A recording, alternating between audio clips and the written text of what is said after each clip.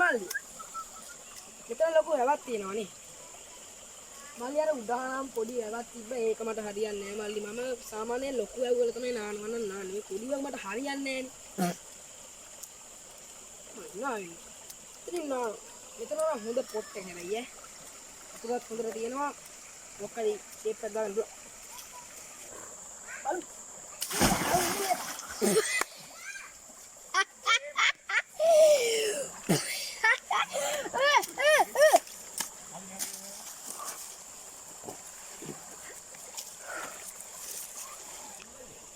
මොකද මල්ලි මේ ඔයා වතුරත් එක්ක තරහ වෙලාවද්ද මේ වතුර මේ බැස්ස ගමන් ඔයා මේ එකපාරටම නැග්ගේ?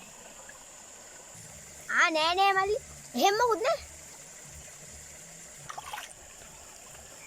උක්කරි පස්සරයි.